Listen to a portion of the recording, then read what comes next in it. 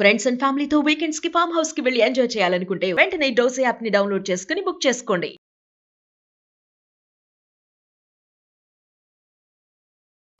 నమస్తే. సుమన్ టీవీ సమర్పిస్తున్నటువంటి పద్మవ్యూహం కార్యక్రమానికి స్వాగతం.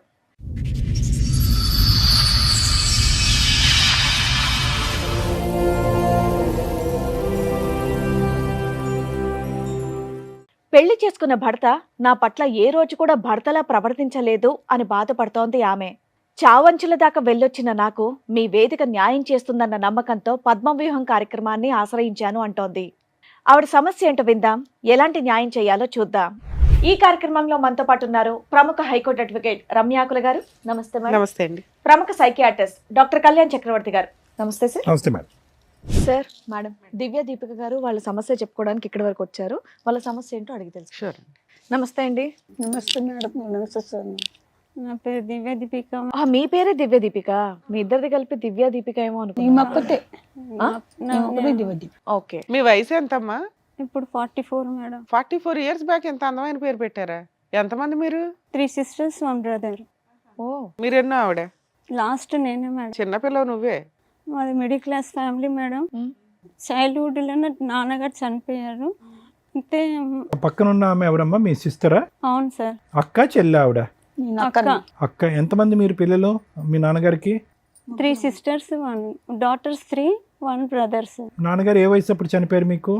అప్పుడు నేను 7th class లో ఉన్నా సార్. 6th class. మీరు అందరికంటే పెద్ద చిన్న ఎవరు మీరు? నేను లాస్ట్ సార్. అందరికంటే చెల్లి.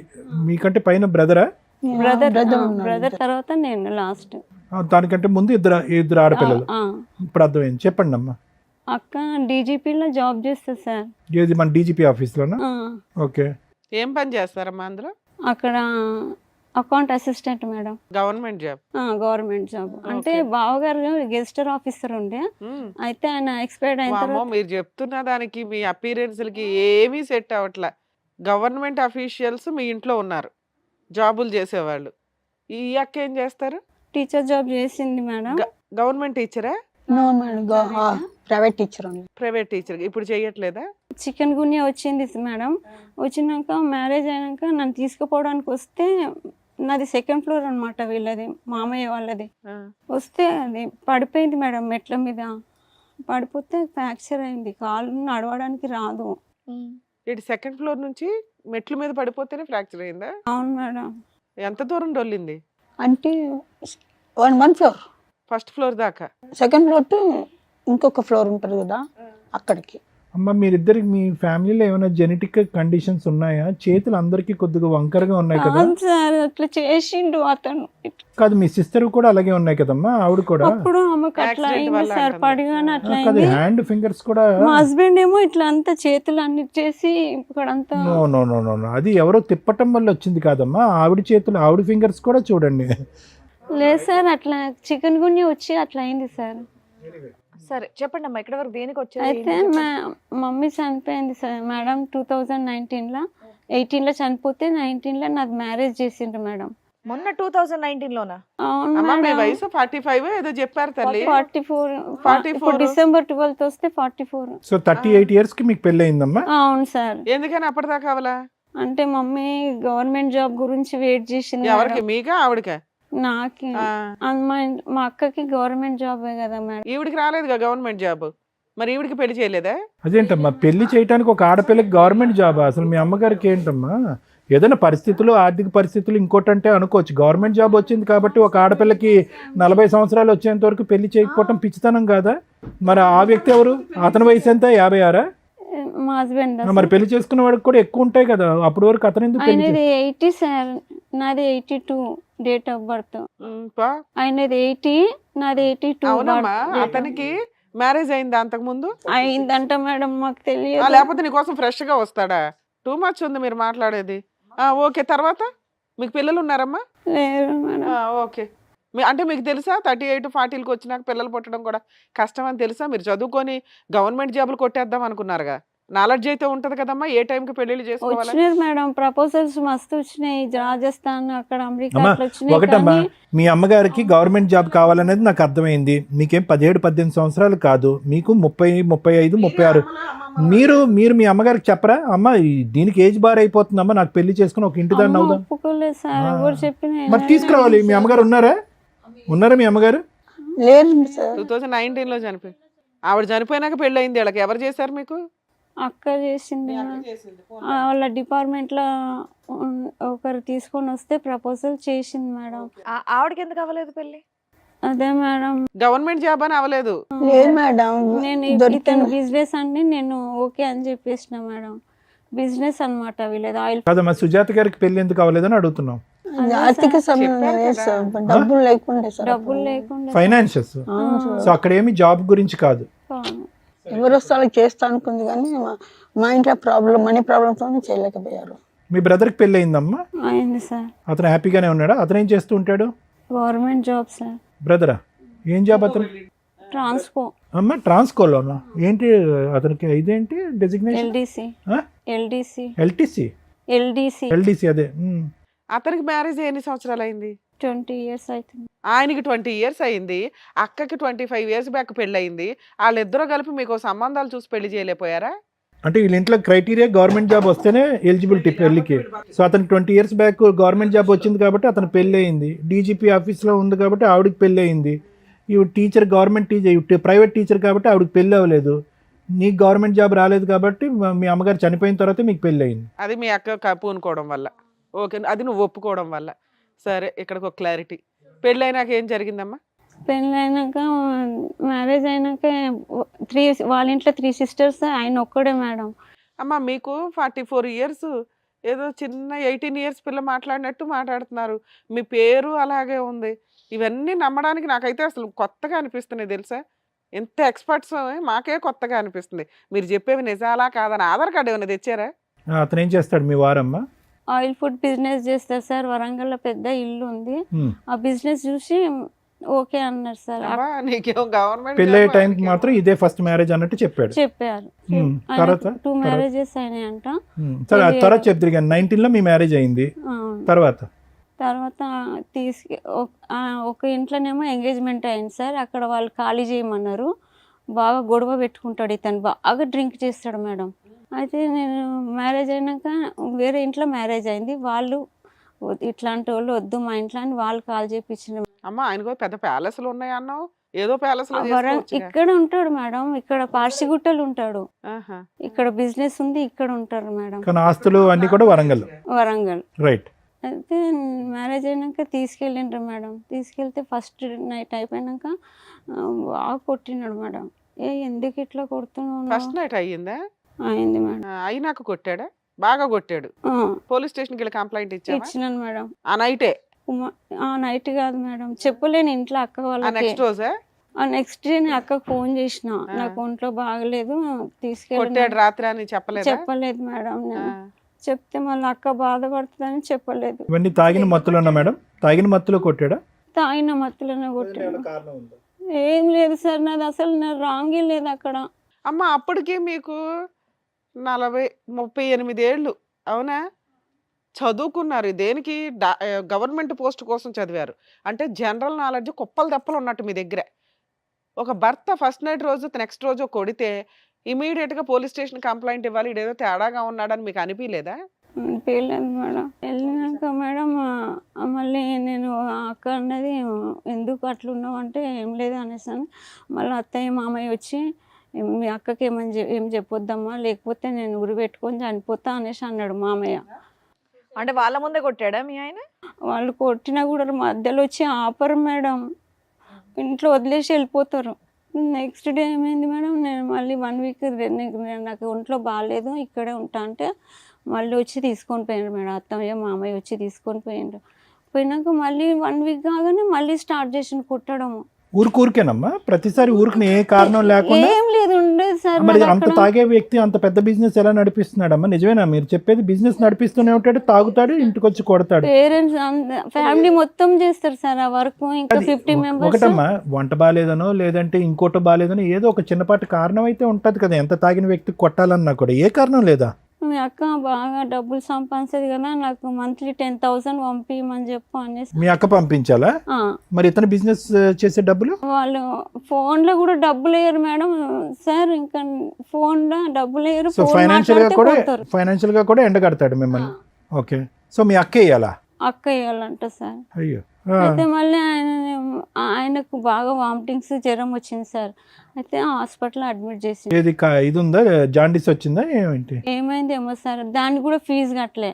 అయితే నేను అన్న అక్క నాకు ఇట్లా అయినా ఇట్లా హాస్పిటల్ ఉన్నారు అనేసి అంటే అక్క పక్కన వాళ్ళందరూ చెప్పిండు హాస్పిటల్ అది జబ్బు కాదు, ఆయన రిహాబిలిటేషన్ పర్సన్ అని చెప్పిండు. పర్ఫెక్ట్. తాగే వ్యక్తికి రిహాబిలిటేషన్ లో వేసేయాలి అన్నారు. అట్లా అని చెప్తే అయ్యా ఏంటి ఈయన ఎట్లా తాగుతున్నారు మామయ్య అంటే సదురుకుపోవాలి, నువ్వు అవన్నీ మాకు చెప్పొద్దు, అంతే చేసినాము ఇక నువ్వు చూసుకోవాలంటే.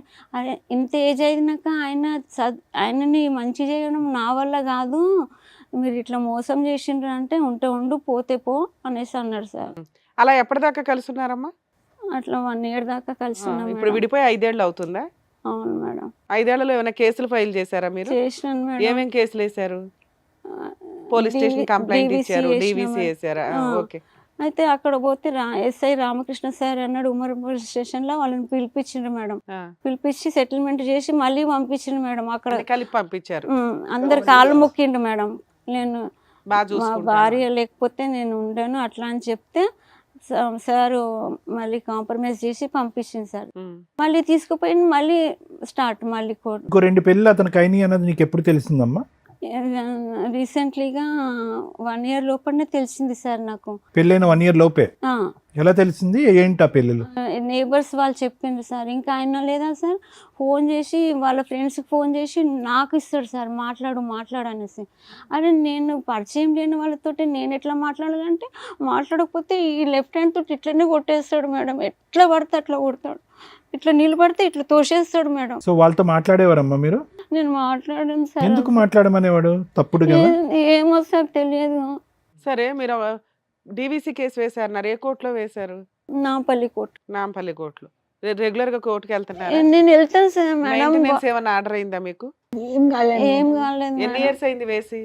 ఇప్పుడు 5 years రన్నింగ్ అవుతుంది మేడం. గవర్నమెంట్ లాయర్ ని పెట్టుకున్నారా? పెట్టుకున్నాను. ఎస్ఐ రామకృష్ణ సార్ పెట్టింది సార్. మరి ఇంటీరియర్ మెయింటెనెన్స్ ఆర్డర్ అవుతుందిగా, ఆర్డర్ అవ్వలేదు ఇప్పటిదాకా? కాలేదు మేడం. మీ ఆయన ఏమైనా డైవర్స్ కేసు వేసాడా? వేయలేదు. సరే, కోర్టులో కేసు నడుస్తుంది, మీకు లాయర్ ఉన్నారు, ఇక్కడ దాకా ఎందుకు వచ్చారు? అక్కడ ఏం న్యాయం జరుగుతలేదు మేడం. పోయి నా హెల్త్ మీరు ఎందుకు ఎంత వీక్ గా ఉన్నారు? ఏమైంది మీకు? ఇదే మేడం, నాకు బ్యాక్ అది ఫ్రాక్చర్ అయింది మేడం. ఆయన దేనివల్ల? తోసేయడం వల్ల పడేసిండంట మేడం ఇంట్లో. తాగి కొడతాడంట. డబ్బులు ఏడుకెళ్ళి ఇస్తుందమ్మా అని ఇవ్వకుంటే మీ అక్కిస్తే నాకు. అమ్మ, ఆయన వదిలేసి 5 ఏళ్ళు అయ్యిందమ్మా. అప్పుడు అంతా అట్లనే అయిపోయింది సిక్కేసి మేడం. వచ్చింది మేడం. అన్ని 1 అన్నీ year లోపల సిక్కే అన్ని అట్లనే అయిపోయినాయి. వేసి తను ఇంటికి. ఇంట్లో ఎంత స్ట్రాంగ్ గా పోయిందో అంత వీకేసి వచ్చింది మేడం. ఆవిడ చూస్తే ఒక 55-60 ఇయర్స్ ఆవిడలాగా ఉంది, నిన్ను చూస్తే ఒక 65 ఇయర్స్ లాగా ఉన్నావు. మా మీరు వచ్చి ఫ్యామిలీ 44 మొత్తం అన్నారు. 44 స్ట్రగుల్ అన్నా అయిండ్రు నమ్మడానికి మేడం. ఓకే అంటే దానికి దివ్య దీప అని ఏదో పేరు చెప్పారు. స్టోరీ ఏమో ఫ్రెష్ గా 18 ఏళ్ళు కొత్తగా పెళ్ళైన వాళ్ళ స్టోరీ చెప్తున్నారు. విడిపోయి 5 years అయింది. కోర్టులో కేసు ఉంది. కోర్టులో కేసు ఉన్న కేసులు అన్ని ఇక్కడ అద్భుతాలు జరగడం అయితే ఉండదు. సో మీ ఆయన్ని పిలిచి ఏమైనా సెటిల్మెంట్ చేయాలా, లేకపోతే మీ ఆయనతో కలిసి ఉందాం అనుకుంటున్నారా? కలిసి ఉండను మేడం. రామకృష్ణ సార్ అన్నారు నువ్వు పోయితే చంపేస్తారు నేను, ఎందుకంటే నువ్వు అన్ని సరే, ఆయన పెళ్లిళ్ళ మీద పెళ్లిళ్ళు చేసుకుంటాడు కదా, మరి నిన్ను వదిలేసి 5 ఏళ్ళు అవుతుంది, ఇంకొక అమ్మాయిని పెళ్లి చేసుకున్నాడా? ఏమో తెలియదు మేడం. అన్ని ఇట్లా ఇట్లా నేబర్స్ వాళ్ళందరూ ఉంటారు, ఆంటీలతోటి లింకులు పెట్టుకుంటాడు మేడం. ఇంకా నేను వాళ్ళ దగ్గరికి వెళ్ళి డబ్బులు తీసుకొని రావాలంటాడు. కోర్టుకు వస్తాడా? వాళ్ళ అడ్వకేట్ ని పెట్టుకో. రారు మేడం. వాళ్ళ అదే అడ్వకేట్ కూడా రారా? రారు. మీ దగ్గర కేసు నెంబర్లు కానీ పేపర్లు కానీ ఏమైనా ఉన్నాయా? ఎవరితో ఉంటున్నారు మీరు? ఇల్లు ఎలా గడుస్తుంది మీకు? డబ్బులు మా మీ అన్నయ్య అక్క ఇస్తాడు. అమ్మా, మా అన్నయ్య ఇస్తాడు మేడం. మీ ఇద్దరు కలిపి ఉంటారా? మీ ఇద్దరు కలిసి ఉంటాం. వంట చేసుకోగలుగుతారా? ఆ ఓపిక ఉందా మీ ఇద్దరికి? పోన్లేమ్మా. ఈ లాయర్ ఖర్చులు ఇవన్నీ కూడా అన్నయ్య చూసుకుంటున్నాడమ్మా. నావి అన్ని గోల్డ్ అవన్నీ అయిపోయినాయి సార్. అన్ని సొమ్ములన్నీ అమ్మేసిన మేడం. అమ్మేసిన సార్. తన సొమ్ము తను అన్ని అమ్మేసుకొని అది ఫర్నిచర్ అవన్నీ ఉండే సార్ నావి. ఫర్నిచర్ అని ఉంటే తీసుకెళ్ళని తీసుకుపోమని చెప్తే మీ తీసుకొచ్చి అక్కగారు ఏం చూసుకోవట్లేదమ్మా మిమ్మల్ని? ఇప్పుడు హార్ట్ వచ్చింది సార్ అక్కకి, సిక్ లీవ్లు ఉంది. హార్ట్ ప్రాబ్లం వచ్చిందా? నా మ్యారేజ్ కాగానే చెప్పటం లేదు నేను. సార్ వాళ్ళు చెప్పింది విన్నారు కదా, మీరేమంటారు? ఇంకో సిస్టర్ ఏం చేస్తుందమ్మా మీకు? మా పెద్ద అక్క, ఈ రెండు అక్క, నేను ముగ్గురమే. ముగ్గురు.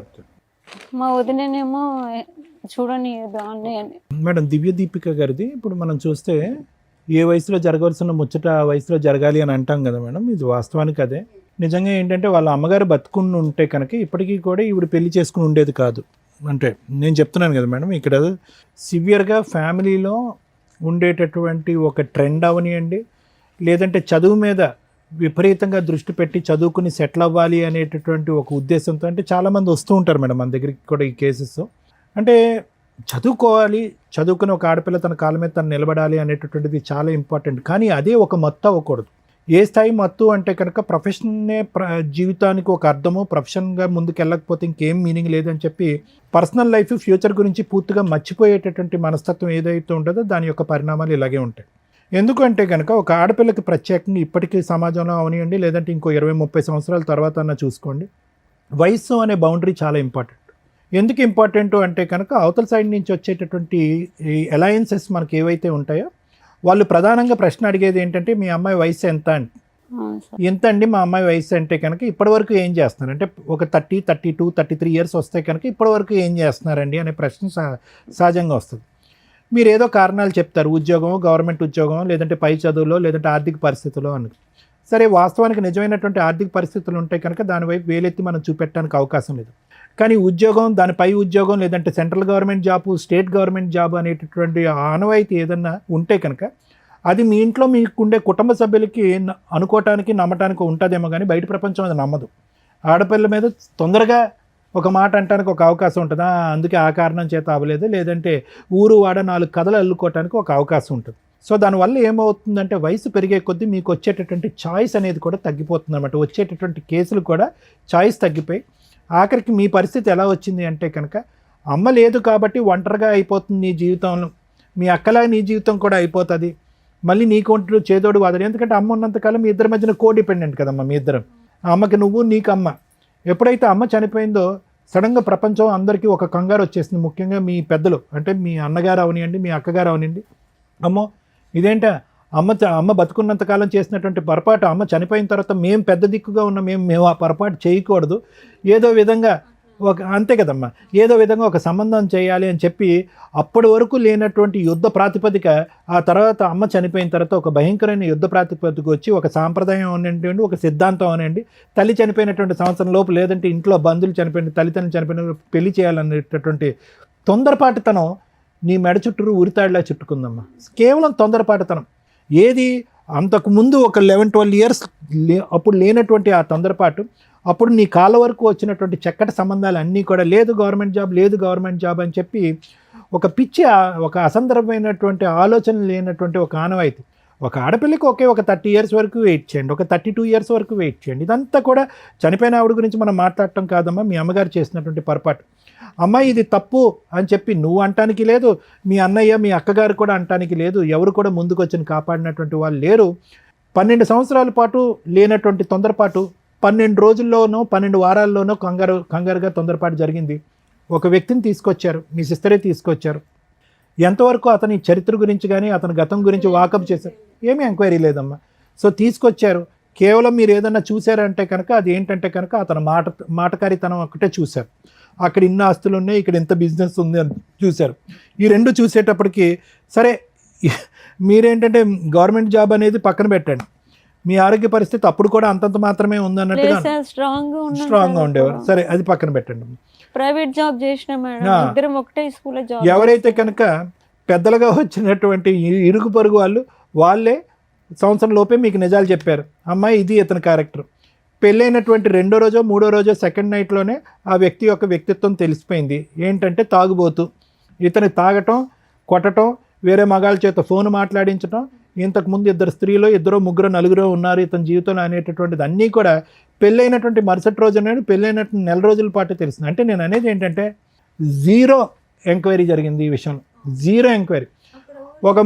అమ్మ ఎవరు అక్కర్లేదమ్మా, మీ యొక్క కండిషన్స్ క్రైటీరియా ఏంటంటే ఆర్థికంగా స్థిరపడినటువంటి వాడే ఉండాలి, బిజినెస్ మ్యాన్, ఆస్తులు ఉండాలి అనేటటువంటిదే చూశారు. కానీ అతని క్యారెక్టర్ ఏంటి, అతని వ్యక్తిత్వం అనేటటువంటిది ఎంక్వైరీ చేసేటటువంటి ఓపిక కానీ ఎంక్వైరీ చేసేటటువంటి మనుషులు కానీ లేకపోవటం అనేటటువంటిది ఇక్కడ ప్రధానం. కేవలం ఏంటంటే అమ్మ చనిపోయింది, ఒంటరిది అయిపోద్ది దీపిక, ఏదో ఒక దిక్కు అయితే కనుక వెతుకు పట్టుకోవాలి. సో కాబట్టి ఇదేంటే ఏమైందంటే ఏదైతే గవర్నమెంట్ జాబ్ వచ్చిన తర్వాత ఉద్యోగం అనేటటువంటిది వచ్చిందో అది కాస్త ఏదో సంబంధం ఏదో ఒక దిక్కు ఒక మగ దిక్కు దొరికితే సరిపోతుందిరా అనేటటువంటి ఆలోచనలోకి అందరూ మానసికంగా ఫ్యామిలీ మెంబర్స్ అందరూ వెళ్ళిపోవడంతో ఒక తొందరపాటుతో ఎటువంటి ఆలోచన లేకుండా, ఎటువంటి ఎంక్వైరీ లేకుండా, ఎటువంటి గుట్టు తెలుసుకోకుండా గుడ్డిగా చేసుకున్నటువంటి ఒక పెళ్ళి యొక్క పరిణామం ఇది. ఎప్పుడైతే కనుక సంబంధం చూశారో, ఎప్పుడైతే పెళ్ళి జరిగిందో ఆ రోజే నీ ఫ్యూచర్ అనేటటువంటిది ఆటోమేటిక్గా డిసైడ్ అయిపోయిందమ్మా. ఇది దురదృష్టకరం. మీరు చేయని తప్పుకి శిక్ష అనిపిస్తున్నారు. అంటే ఇది ఇంపార్టెంట్ అమ్మా. ఇది ఏ విధంగా మీ యొక్క కేసులకు ఉపయోగపడుతుందో నాకైతే తెలియదమ్మా. ఇది ఏ విధంగా మీ భవిష్యత్తుకు ఉపయోగపడుతుందో నాకు తెలీదు. కానీ ఒక మెసేజ్ సొసైటీకి నేను చెప్పేది ఏంటంటే కనుక ఈ 2 ప్రొఫెషనల్, చదువు, కెరియర్, పర్సనల్ లైఫ్ సంబంధించినటువంటి బ్యాలెన్స్ చాలా ఇంపార్టెంట్. చాలామంది ఆడపిల్లల్ని తల్లిదండ్రులు నా దగ్గర తీసుకొస్తున్నారు క్లినిక్. సార్ మా అమ్మాయికి ఎటువంటి మానసిక సమస్య లేదు కానీ పెళ్ళి వద్దంటుందండి అంటారు. ఎందుకమ్మా పెళ్లి చేసుకోవు అని అంటే కనుక దానికి కూడా ఆడపిల్లలు పెద్ద కారణాలు చూపెట్టట్లేదండి, వాళ్ళకి అర్థం కావట్లేదు. లేదా ఏదో గుడ్లో మెల్ల అన్నటువంటి ఈ విధంగా వాళ్ళు చూసినటువంటి 1-2 పెళ్ళిళ్ళలో ఒక పెళ్ళి చెడిపోవటం అనేది చూసి ఇదిగోండి వాళ్ళలాగా నా జీవితం కూడా అయిపోద్ది అనేటటువంటి అంశంతో పోస్ట్పోన్ చేసుకుంటూ కట్ చేస్తే కనుక 3-4 ఇయర్స్ తర్వాత ఏది 33-34 ఇయర్స్ వచ్చాక అదే ఆడపిల్ల ఇటువంటి కారణాలతో నా ఎదురుగుంట కూర్చుంది. ఏమండి తొందరపాటుతో ఆఖరి నిమిషంలో ఏమీ దొరక్క ఒక మగాడు దిక్కులేనటువంటి పరిస్థితిలో వస్తే కనుక చేసుకున్నామని చెప్పి ఆగమ్య గోచరం జీవితం. ఎందుకంటే కనుక ఆటోమేటిక్గా చాయిస్ తగ్గిపోయేటప్పటికి కొన్ని వ్యక్తిత్వాలు లేనటువంటి వాళ్ళు రెడీ అవుతారు పెళ్లి చేసుకోవటానికి. లేదంటే ఇటు సైడ్ ఉండేటటువంటి వాళ్ళు ఆ తొందరపాటుతో ఆ పెళ్లి చేస్తారు. లేదంటే కనుక అన్నీ గోప్యంగా ఉంచేసి అన్నీ కప్పిపుచ్చేసి కొంతమంది మగాళ్ళు వచ్చి పెళ్లి చేసుకుంటూ ఉంటారు. ఇటువంటి పరిస్థితుల్లో వెళ్ళిపోతూ ఉంటారు. లేదంటే కొంతమంది ఆడపిల్లలు చెప్తూ ఉంటారు, ఇగోండి ఇలాగే ఏమండి చదువుకోవాలండి, ఇంకా టైం ఉందండి, చదువుకోండి, ఉద్యోగం చేసుకోండి, కానీ పెళ్ళి ఎప్పుడు? ఆ పెళ్ళికి కావాల్సినటువంటి ప్రధానమైనటువంటి క్రైటీరియా వయస్సు అనేటటువంటిది. ఎందుకంటే 2 అంశాలు, వయస్సు బట్టి పెళ్లి చేసుకోకపోతే వచ్చేటటువంటి పరిస్థితులు ఏంటంటే ఇదిగో దీపిక లాంటి ఉండేటటువంటి వాళ్ళ పరిస్థితి. రెండోది ఏంటంటే కనుక వయసు మీద పడే కొద్దీ ప్రెగ్నెన్సీకి సంబంధించినటువంటి ప్రాబ్లమ్స్, అంటే ఫస్ట్ ప్రెగ్నెన్సీ వచ్చేటటువంటి ఆడపిల్లలకి ఆ బిడ్డకి లోపాలు రావడానికి అవకాశాలు ఉంటాయి. సో ఇటువంటి మెసేజ్ నేను సమాజంలోకి ఒక విధంగా తీసుకెళ్ళటం, కమ్యూనికేట్ చేసుకోవటం గురించి దీపిక గారి స్టోరీ వాడుకున్నానండి నేను ఆ విధంగా చెప్పడం. అయితే ఈవిడ పరిస్థితి చూస్తే కనుక ఈరోజు ఇదేమి కొత్త షాకర్ ఏం కాదు మనకి. ఏ రోజైతే కనుక ఫస్ట్ నైట్లో, సెకండ్ నైట్లో ఈ అకారణంగా, ఇప్పుడు యూజువల్గా మనం ఏమంటాం, కొట్టడానికి కారణం ఉండాలి కదరా బాబు అంటాం. ఏ కారణం లేకుండా సెకండ్ నైటే ఒక మగాడు కొట్టాడు అంటే కనుక ఏ కారణం ఉంటుంది? మందు కాస్త మైండ్కి ఎక్కి ఆ మైండ్ కాస్త గాడి తప్పి అతని వ్యక్తిత్వం ఏంటనేటటువంటి నిజస్వరూపం 2వ రోజే తెలిసిపోయింది. ఇక్కడ ఒకటేటమ్మా, పోరాటం చేస్తున్నారు. ఏం చేస్తున్నారు పోరాటం? 5 సంవత్సరాల పాటు చీకట్లో కత్తిసాము చేస్తున్నారు మీరు. మీకు ఓపిక 10% కూడా లేదు. మీ పక్కనున్న సుజాత గారి ఓపిక 1% కూడా లేదు. పోరాటం చేయాలి, కరెక్టే కాదనట్లే, జరిగినటువంటి అన్యాయంగా పోరాటం చేయాలి. కానీ ఆ పోరాటం వెనకాతల ఒక మోరల్ సపోర్ట్ అనేది చాలా ఇంపార్టెంట్. మానసిక పరమైనటువంటి మోరల్ సపోర్ట్ అనేటటువంటి చాలా ఇంపార్టెంట్. లేదంటే ఇలాంటి కేసుల్లో గెలవటం అనేది చాలా కష్టం. ఎందుకంటే డబ్బు బలం, ఖండబలం, కుటుంబ బలం, అన్ని బలాలు ఉన్నటువంటి వ్యక్తిని మీరు పెళ్లి చేసుకున్నారు. ఒక టిష్యూ పేపర్ లాగా వాడుకుని ఈరోజు మిమ్మల్ని రోడ్డు మీద వేసుకున్నారు. ఆ బలం ముందు మీరు సరిపోవట్లేదు. నేను అనేది ఏంటంటే పోరాటం చేస్తే కనుక బాగా సపోర్టివ్గా కుటుంబ సభ్యులు అందరూ ఒకే తట్టు మీదకి వచ్చి పోరాటం చేయండి. అంటే మీ బ్రదరు ఉండాలి, మీ సిస్టరు ఉండాలి, అందరూ ఉండాలి. అందరూ మూకుమ్మడిగా వచ్చి పోరాటం చేయాలి. కానీ అది కూడా చేసినట్టుగానే నాకు అనిపిస్తుంది, అది కూడా ఫలితం రాలేనట్టుగా నాకు అనిపిస్తుంది. బాగా వచ్చింది సార్, కోర్టుకి ఎక్కడికంటే అక్కడికి వచ్చి అయిపోయిందమ్మా. నేను అంటున్నాను కదా, అంత అంత దస్తావేజులు మీ దగ్గర ఉన్నాయి అంటేనే దాని అర్థం ఏంటంటే బహుశా అన్నీ చూశారు, అన్ని తలుపులు తట్టారు, అన్ని విధాల ప్రయత్నాలు చేశారు. ఒకప్పుడు అందులో ఏమైనా లోపాలు ఉంటే కనుక లాయర్ మేడంకు ఉన్నటువంటి అపారమైనటువంటి అనుభవంతో ఆవిడ అక్కడ ఏమైనా లోపాలు ఉంటే కనుక అవి కూడా చెప్తారు. కానీ నేను అనేది ఏంటంటే ఫిజికల్గా, మెంటల్గా, సైకలాజికల్గా మీరిద్దరు రెడీ లేరమ్మా. అది సైకియాట్రిస్ట్గా నేను చెప్పవలసినటువంటి అవసరం లేదు. ఒక నార్మల్గా ఉండే ఒక లే పర్సన్ కూడా అమ్మ మీరేంటమ్మా శారీరకంగా ఎలా ఉన్నారు, అమ్మ మానసికంగా మీరేంటమ్మా ఇలా ఉన్నారు, 4 అడుగులు తీసి ఇప్పుడు ఎవరైనా కూడా ఈ ఎపిసోడ్ చూసే, మీ మొహాలు అయితే కనిపించవు, ఈ ఎపిసోడ్ చూసేటటువంటిది ఎవరైనా కూడా మీకు 42, 43, ఆవిడకి 48, 46 అని ఎవరు అనుకోరు. దానికి +20 అనుకుంటారు మీ ఇద్దరిని చూసి. సఫర్ అయిపోతుంది సార్ ఇంట్లో. అంటే అది కదమ్మా. ఎంగేజ్మెంట్ రోజే అక్క అడ్మిట్ అయిపోయింది. నో నో నో వినండమ్మా, మీరు దయచేసి ఎంగేజ్మెంటు, ఆ 9 నెలలు అది ఆ పెళ్ళి, ఆ ఆలోచన నుంచి బయటికి రండి. ఆ 9 నెలల పెళ్లి వల్ల మీ జీవితాన్ని మొత్తం సర్వనాశనం చేసుకుంటున్నారు. మీరిద్దరు తెలివైనటువంటి వాళ్ళు, ప్రత్యేకంగా మీరు ఒక గవర్నమెంట్ జాబ్ గురించి అంత పోరాటం చేశారు, మంచి వాక్చాతుర్యం ఉంది, మంచి ఆలోచన ఉంది, మంచి తెలివితేటలు ఉన్నాయి. కేవలం ఒక 9 నెలల పెళ్లి గురించి జీవితాంతం అంతా కూడా మానసికంగా పోరాడి వయసుని డబుల్ ట్రిపుల్ చేసేసుకుంటున్నారమ్మా. అదేమ్మా నేను చెప్పేటటువంటి ఉద్దేశం. కేవలం ఆ పోరాటం ఒక్కటే కాదు, జీవితంలో గడపటానికి, జీవితంలో నెగ్గుకుని ముందుకు రావడానికి రకరకాల కర్తవ్యాలు ఉంటాయమ్మా. పెళ్లిని కాపాడుకోవటం, పెళ్లి నుంచి జరిగినటువంటి అన్యాయాన్ని న్యాయపరంగా పోరాటం ఒక్కటే కాదు. ఏ కళ అయితే కనుక మీ అమ్మ కన్నదో, ఏ కళ గురించి అయితే కనుక మిమ్మల్ని పెళ్లి కాకుండా అలా కూర్చోపెట్టేస్తుందో మీ తల్లిగారు, ఆ కళని ఈరోజు ఫలించడానికి ముందుకు రావడానికి ఏం అడ్డం ఉంది ఈరోజు మీకు? ఓకే, వయసు బారైంది, ఏజ్ బారైంది, మీ డిగ్రీ, మీ క్వాలిఫికేషన్తో ఒక ఉద్యోగం చేసుకోలేరా? ఆరోగ్యరీత్యా ఒక కడుపు నిండా భోంచేస్తూ మీ ఆరోగ్య పరిస్థితిని ఇంప్రూవ్ చేసుకోలేరా? మానసిక స్థైర్యాన్ని పెంపొందించుకోలేరా? పోరాడండి అమ్మా. కానీ ఆ పోరాటం అయిపోయింది, ఆ వ్యవధి అయిపోయింది.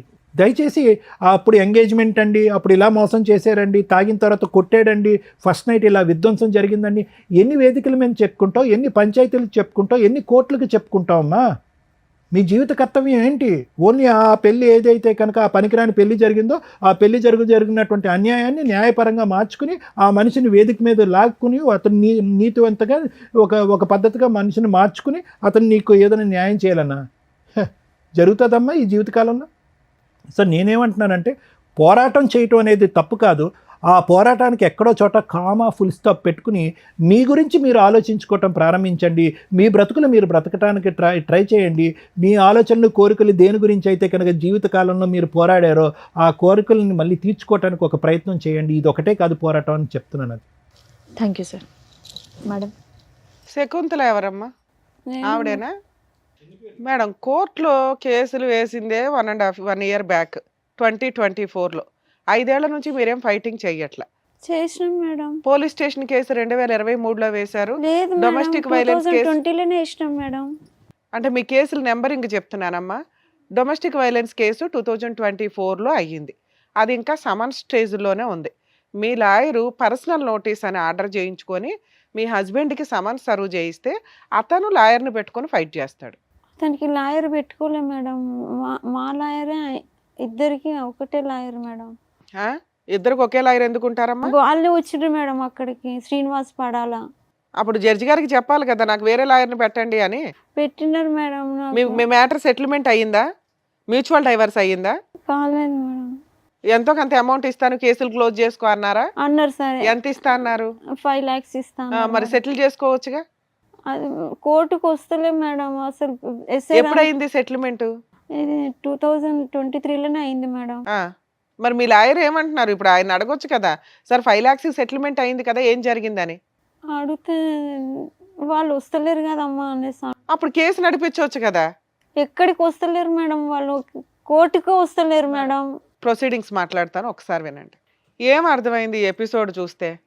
మీకు ఫేసులు కనిపించట్లేదు, కానీ వాళ్ళు చెప్పిన ఏజ్ కంటే 20 years ఎక్స్ట్రానే ఉన్నారని అనుకోండి. అంత వీక్గా ఉన్నారు. వీళ్ళు వేసిన కేసులు మామగారు వయసు 77, అత్తగారి వయసు 75, ఆ హస్బెండ్ వయసు 48, ఇప్పుడు ఆయన 55 వచ్చింది. మ్యారిటల్ రిలేషను 6 months నుంచి 8 months. ఎంగేజ్మెంట్ చేసిన రోజే వాళ్ళ అక్కకి హార్ట్ అటాక్ వచ్చి ఆవిడ పెద్దగా పట్టించుకోలేదని అంటున్నారు. అదే ఆవిడ పనిలో ఆవిడ ఉన్నారు, బెడ్ రెడ్ అని. సంబంధం తీసుకొచ్చింది మీ అక్క, అవునా? బాబా, మీకు ఎంత బాలాకుమారుడు వస్తాడనుకున్నారు? మీకే 38లు, 40లు. ఖచ్చితంగా 40 ఇయర్స్ అబ్బాయి వస్తున్నప్పుడు పెళ్లి చేసుకోకుండా ఉంటాడని ఎలా అనుకుంటాం? ఇది పెద్దగా ఎంక్వైరీలు చేయవసరలే. బేసిక్ మీకెందుకు 38 ఇయర్స్‌కి పెళ్లి అవ్వలేదు అనగానే మీరేం చెప్పారు? గవర్నమెంట్ జాబ్ కోసం వెయిట్ చేశామండి. మా అమ్మ శాసనం చేసింది. గవర్నమెంట్ జాబు కొడితేనే పెళ్లి లేకపోతే నోరు మూసుకొని ఇంట్లో ఉండమంది. మేము బాగా చదువుతూ చదువుతూ పిచ్చోళ్ళు అయిపోయామని. అలాగే అతన్ని మీ అక్క అడుగుంటారు కదా! ఒక సంబంధం వచ్చినాక ఒక చెల్లికి పెళ్లి చేయాలంటే, ఎందుకు మీకు 40 ఇయర్స్ దాకా పెళ్లి అవ్వలేదు అంటే, ఆయన ఏదోటి చెప్పుంటాడు. ఒకటో పెళ్లి ఆవిడ చచ్చిపోయింది, రెండో పెళ్లి ఆవిడ లేచిపోయింది, మూడో పెళ్లి ఇట్లా అని ఏదో చెప్పుంటారుగా. లేదా నేను కూడా ప్రైవేట్ జాబ్ కోసం తాపత్రయపడ్డానండి. అందుకని తాగుతూ ఏదో ఒకటి చెప్తారు నాన్న. ఏమీ చెప్పకుండా జస్ట్ ఫ్రెష్‌గా ఒక అబ్బాయి వచ్చాడంటే మీరు అడగకుండా ఉండరు కదా! ఏంటి ఈయన కెపాసిటీ? ఎందుకు నాకంటే ఇందువల్ల అక్క లేట్ అయింది పెళ్లి నీకు తెలుసు. అతనికి ఎందుకంట 40 ఏళ్ల వరకు పెళ్లి అవ్వలేదు అని. ఏం తెలీదండి మేము ఎంక్వైరీ ఏది నేను ఫ్రెష్‌గా ఎందుకు చెప్తున్నారని ప్రతిసారి ఎందుకన్నానో తెలుసా మీరు మాట్లాడుతున్నప్పుడు? టీనేజ్ అమ్మాయిలో లేతే కొత్తగా పెళ్ళైనోళ్ళు ఒక 20 ఇయర్స్ లోపు పిల్లలు మాట్లాడినట్టు మాట్లాడుతున్నారు మీరు. జీవితం చూసేసారు 40 ఏళ్ళకి మాక్సిమం సొసైటీని చూసారు. కన్నింగ్‌నెస్ చూసారు. మనుషుల మనస్తత్వాలు చూసారు. జాబ్ చేస్తున్నారు. ఇన్నోసెంట్‌గా వెళ్లి కూర్చున్నారంటే మీ వయసు కంటే మీ బ్రెయిన్ ఇంతే ఉన్నట్లప్పుడు. అప్పుడు మిస్టేక్ మీ దగ్గర ఉన్నట్లుగా. బాడీకి, బ్రెయిన్‌కి టాలీ అవ్వట్ల. టాలీ అవ్వకపోతే సైకలాజికల్‌గా మన ఆలోచన విధానం మెచ్యూర్డ్‌గా లేదు అని. చదివి పిచ్చెక్కిందో ఏమో నాకు తెలీదు గానీ, డిప్రెషన్ మాత్రం టన్నులు ఉంది. అర్హత లేని ఒక క్వాలిఫికేషన్ తోటి కేసులేసేసి, కోర్టు న్యాయం చేయలేదు, కోర్టుకెళ్తే న్యాయం జరగలేదు కాబట్టి ఇక్కడికొచ్చాం. చాలా రాంగ్ మాట.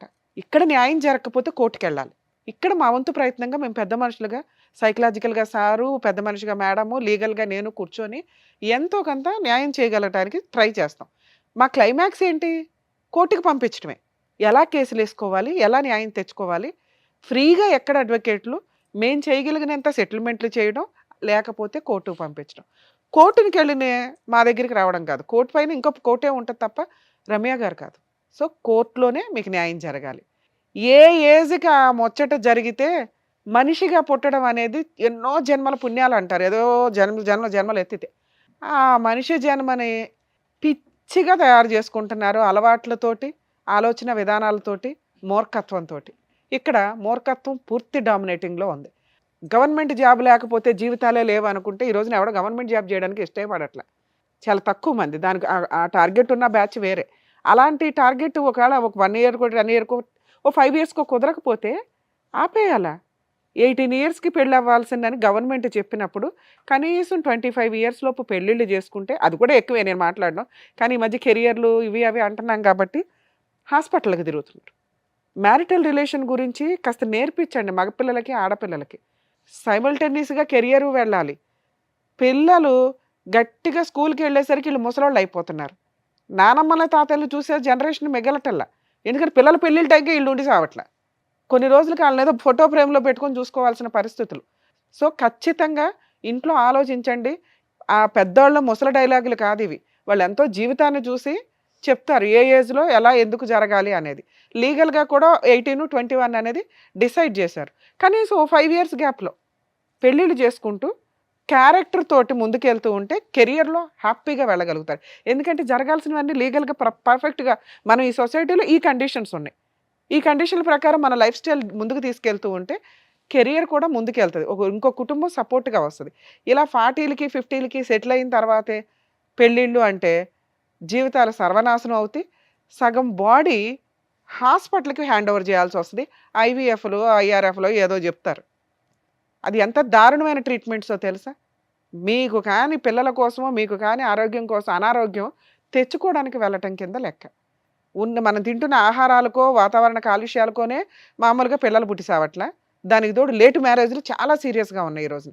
ప్రతి సందులోనూ మీకు ఇట్లా హాస్పిటల్స్ బాగా సక్సెస్ అవుతున్నాయంటే మనమే. అంటే మనుషుల్ని ఎవ్వరు నాశనం చేయవసరలా. వాళ్ళకి వాళ్ళే నాశనం చేసుకుంటారు. వాళ్ళ ఆలోచన విధానాలతోటి. ఇంత వరస్ట్ ఆఫ్ కేసు గురించి ఇప్పుడు చూడటం ఇది. ఎందుకు అంటే 40 ఇయర్స్ అప్పుడు పెళ్ళయ్యి ఫస్ట్ నైట్ అవ్వగానే బయటికి తీసుకొచ్చి కొట్టేశాడు. ఎవరు నమ్ముతామమ్మా? అత్తమామలు అక్కడే ఉన్నారు. ఆళ్ళు ఏమీ చేయలే. అంత కొడితే బేసిక్ పోలీస్ స్టేషన్కి వెళ్ళి కంప్లైంట్ ఇచ్చేంత నాలెడ్జ్. మీ అక్కగారు ఆల్రెడీ హాస్పిటల్లో ఉన్నారు. ఇవన్నీ స్ట్రాంగ్గా అనిపించవు కేసుకి. కానీ కర్మ ఏంటంటే మన ఇండియాలో ఒక్కసారి పెళ్ళైతే మెయింటెనెన్స్ అయితే ఇవ్వాలి, ఏమి ఇచ్చినా ఇవ్వకపోయినా. అమ్మ కనీసం కేసు వేసేటప్పుడు ఆలోచించుకోవాలిగా. మీ అత్తగారు ఎప్పుడన్నా కొట్టారా, మీ మామగారు ఎప్పుడన్నా కొట్టారా, మిమ్మల్ని కొట్టలా, హింసించారా? వాళ్ళే ముసలోళ్ళు, మీరే ఇలా ఉన్నారు ఎక్కడి నుంచి ఇక్కడికి నడవక 75 years వాళ్ళు మిమ్మల్ని హింసించారంటే ఎట్లా తల్లి? దీనివల్ల ఎలా అవుతుందంటే ఆ కేసులు ముందుకు వెళ్ళట్లా. కోర్టులను ఎందుకు తిడతారు? కుప్పలు తెప్పలు ఫైల్ అవుతున్నాయి ఎట్లాంటివి. ఇలా మీలాంటి వాళ్ళందరూ కేసులు వేసుకుంటూ వెళ్తే రేపటి రోజున ఆ డీవీసీ కేసులు కూడా ఏదో తేడాలు వస్తాయి. వెక్స్ అయిపోతున్నారు కోర్టుల్లో. మాకే స్ట్రా పెట్టి లాగేస్తున్నట్టు ఉంది బ్రెయిన్ని మీ కేసులు వింటుంటే. మమ్మల్ని నమ్ముకొని వచ్చారు కాబట్టి ఆ లీగాలిటీ గురించి అయితే చెప్పాలి కదమ్మా. మీకున్న అర్హత ఈ 2 కేసులే పర్ఫెక్ట్గా వేశారు. సెల్ఫ్గా బతకడానికి ఆల్రెడీ 5 years నుంచి బతుకుతున్నారు కదా, దీన్నే టార్గెట్గా పెట్టుకోండి. ఏదో ఒకరోజు మీ అడ్వకేటు ఆ మ్యాటర్ మళ్ళీ ఏమైనా సెటిల్మెంట్కి తీసుకొస్తే అవుతుంది. ఎప్పుడు అవుతుందో తెలుసా? ఈ డొమెస్టిక్ వైలెన్స్ కేసు ఉంది చూసారా, దాంట్లో ఒక్క పిటిషన్ వేయండి, ఇంటీరియం మెయింటెనెన్స్. అందులో అడగటం వేరు, విడిగా ఒక పర్మిషన్ పిటిషన్ వేయడం వేరు. ఈ కేసు ఇంకో 3 years నడుస్తుంది. అర్థమవుతుందా? ఈలోపు ఒక పిల్ల పిటిషన్ వేయండి. ఇది 3 years నడిస్తే నేను ఎలా బతకాలి, నాకు 10,000 ఇప్పించండి ఈలోపు అని వేయడాన్నే ఇంటీరియం పిటిషన్ అంటారు. Interim maintenance petition. ఇద్దరి తరపున అడ్వకేట్ లేరు తల్లి. ఆయన సెటిల్మెంట్కి మాట్లాడాడు. అతని తరపున ఆయన మీ అడ్వకేట్ ఏమి వకాలత్ వేయలే. ఒకవేళ అలా ఇద్దరి తరపున ఆయనే నడిపిస్తుంటే అది రాంగ్. ఏ అడ్వకేట్ చెయ్యరు. మీకు అది కూడా అబద్ధమే చెప్తున్నారు. ఇక్కడ తెలియట్లా మీకు. అబద్ధం కాదు కానీ చెప్పడం తెలియట్లా. మీ అడ్వకేటు అదర్ సైడ్ వాళ్ళతోటి సెటిల్మెంట్ మాట్లాడారు. వాళ్ళు 5 lakhs ఒప్పుకున్నారు. తర్వాత రావడం మానేశారు. ఎందుకు మానేశారు అంటే కేసులు స్ట్రాంగ్గా లేవు. వాళ్ళు ఒక అడ్వకేట్ని పెట్టుకుని కోర్టుకు వచ్చి ఫైట్ చేయాల్సిన పరిస్థితి వస్తే మళ్ళీ మీకు సెటిల్మెంట్ అవుతుంది. ఓకే, ఎప్పుడు అవుతుంది? ఇంకొక స్టెప్ ఇంటీరియం మెయింటెనెన్స్ ఆర్డర్ అయినప్పుడు. నీకు ఎప్పుడైతే ఒక 5,000 కట్టాల్సి వస్తుందో ఖచ్చితంగా ఈ మ్యాటర్ సెటిల్మెంట్ అవుతుంది. ఇంకెక్కువ రోజులు కూడా పట్టదు. ఈ ఒక్క పర్మిషన్ పిటిషన్ వేయించండి మీ లాయర్ తోటి. 100% మీకైతే మెయింటెనెన్స్ ఆర్డర్ అవుతుంది. ఎప్పటిదాకా అంటే మీరు బతుకున్నంతకాలం. అర్థమవుతుందా? లేదా అతను 5 lakhs ఇచ్చి ఏదో సెటిల్మెంట్ చేసుకుంటాడు. అతను ఇప్పుడు ఎక్కడున్నాడో, ఎలా ఉన్నాడు, ఏంటనేది కూడా మీకు పూర్తిగా తెలియదు. కోర్టుకు వస్తేనే తెలుసు. కోర్టుకి రావట్లా, అడ్వకేట్ని పెట్టుకోవాలి. అంతేనా? మీ అడ్వకేట్ తోటి ఒకసారి మాట్లాడించినా మేము మాట్లాడతాం. లేదా మీ అడ్వకేట్ మీకు సరిగ్గా సమాధానం చెప్పట్లేదు అనుకుంటే డొమెస్టిక్ వైలెన్స్ కేసులో గవర్నమెంట్ లాయర్ని పెట్టమని జడ్జి గారిని అడగండి నెక్స్ట్ డేట్లో. అలాగే మీ కేసు ఫోన్లో ఈ కోర్ట్స్ యాప్ అని ఒకటి ఉంటుంది, ఈ కోర్ట్ సర్వీసెస్ అని డౌన్లోడ్ చేసుకొని ఈ కేసులు ఫీడ్ చేసుకోండి. ఎవరన్నా కానీ మీ కేసుల గురించి అడ్వకేట్ ప్రాపర్గా చెప్పట్లేదు, లేదా తెలియట్లేదు ఏం జరుగుతుంది నెక్స్ట్ ప్రొసీడింగ్స్ అనుకుంటే ఫోన్లో ఈ కోర్ట్ సర్వీస్ యాప్ అని డౌన్లోడ్ చేసుకొని మీ కేసులు ఫీడ్ చేసుకుంటే ఖచ్చితంగా ఈచ్ డేట్కి ఏం జరుగుతుంది ఏంటనేది ఇన్ఫర్మేషన్ మీకు తెలుస్తుంది. ఆ పని ఒకటి చేయండి. రోజు ఫోన్ చేస్తున్నాడు మేడం, వేరే వేరే నంబర్స్ తోటి. ఏంటి, రొమాంటిక్ గానా బ్లాక్ మెయిలింగ్? Blackmailing. ఏమని కేసులు విత్డ్రా చేసుకోనా? ఏమని చేస్తున్నారు? నేను తీయట్లేదు మేడం ఫోన్. మరి ఆయనే చేస్తున్నాడని ఎలా తెలుసు? ఫస్ట్ టైం చేసినప్పుడు ఎవరు ఎన్ని సంవత్సరాల క్రితం? Recently last month. అతను చేస్తే మీరు తీయకపోతే ఎలాగమ్మా? మరి ఎలాగవుతుంది? దీంట్లో సంప్రదింపు ఎలా అవుతుంది? మధ్యవర్తిత్వం ఎలా జరుగుతుంది? వన్ టైం తీసిన. వన్ టైం తీస్తే కదా, నెక్స్ట్ టైం ఏమైంది మేడం సార్? ఆయన ఒక్క ఫోన్ లోకి వెళ్ళాడు, అందరు ఎన్నెన్నో నంబర్ తీసుకొచ్చి చేస్తున్నాడు సార్. సరే అమ్మా, మీ లాయర్తో ఒకసారి మాట్లాడించండి రేపు. మీ లాయర్తో మీ ఆయనతో మాట్లాడించండి. అవ్వలేదనుకోండి ఒకసారి మా షో వాళ్ళతో మాట్లాడించండి. మా వాళ్ళు ఫోన్ మాట్లాడతారు. సరేనా? జాగ్రత్తమ్మా. 38 ఏళ్ళు మీకు నచ్చినట్టు హ్యాపీగా ఉన్నారు కదమ్మా. అదేదో జరిగిన ఒక సంవత్సరం గురించి మీరు డిప్రెషన్లోకి వెళ్ళిపోయి ఆరోగ్యాలు పాడు చేసుకొని ఇవన్నీ ఎందుకు చెప్పండి? జాబ్ చేసుకున్నాను కూడా అన్నారు కదా, ఆ కేసు నడుస్తూనే ఉంటుంది. మీరు మీ ఆరోగ్యం చూసుకోండి, చక్కగా బయటికి వెళ్ళి ఏదన్నా జాబ్ చేయండి, కొంచెం మైండ్ సెట్ అన్న మారుతుందని నా ఉద్దేశం. కరెక్ట్. ప్లీజ్ ఓకే, జాగ్రత్త అమ్మా. Thank you.